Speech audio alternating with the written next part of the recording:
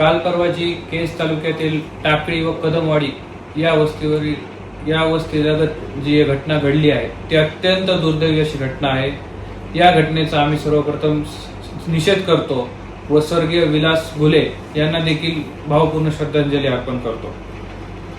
ही त्यांची जी हत्या झाली आहे, ही हत्या कशा पद्धतीने झाली, याच्या पाठीमागे काय कारण आहे हे देखील पोलीस प्रशासनाने पाहिलं पाहिजे।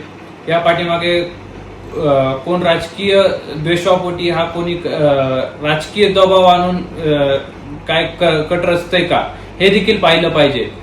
या ठिकाणी या गुन्ह्यामध्ये माझं नाव यामध्ये घेतलं जात आहे, हा खरोखरच यामध्ये माझं नाव येतंय का हे पोलीस प्रशासनाने पाहिलं आहे। 20 जून 2026 वार शनिवार रोजी माझे पूर्ण सीसीटीव्ही फुटेज व माझं या ठिकाणी पाहिली गेली आहे। मी सकाळी 9 वाजता घरून माझ्या पवनसूत निवासावरून निघालो व एडेश्वरी साखर कारखाना युनिट 1 या ठिकाणी पोहोचलो।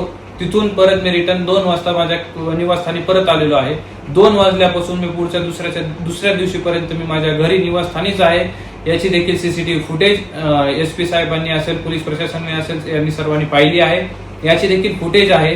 दुसरा विषय म्हणजे त्या ठिकाणी ज्या ठिकाणी ही घटना घडली त्या ठिकाणी माझी थार गाडी गेली आहे असं देखील आरोप केले जातात।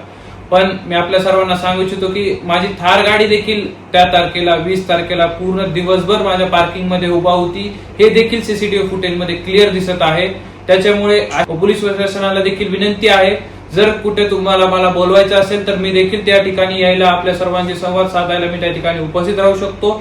जर तो माझ्यावर कोण आरोप करत असतील तरी त्या आरोपाला मी सामोरे जाऊन आपल्या सर्वांची पोलीस प्रशासन ज्या ठिकाणी मला बोलवेल त्या ठिकाणी येऊन मी आपल्या प्रश्नांना उत्तर द्यायला तिथे हाजीर असेल। कुठल्या तरी राजकीय द्वेषापोटी माझं नाव यामध्ये घेतलं जातंय का हे देखील बघितलं पाहिजे। आपण सर्वांनी बघितलं गेलं की या ठिकाणी माझं नाव यामध्ये घेतलं जात आहे, परंतु यात काहीच तथ्य नाहीये। हे सगळे बिनबुडाचे आरोप आहेत।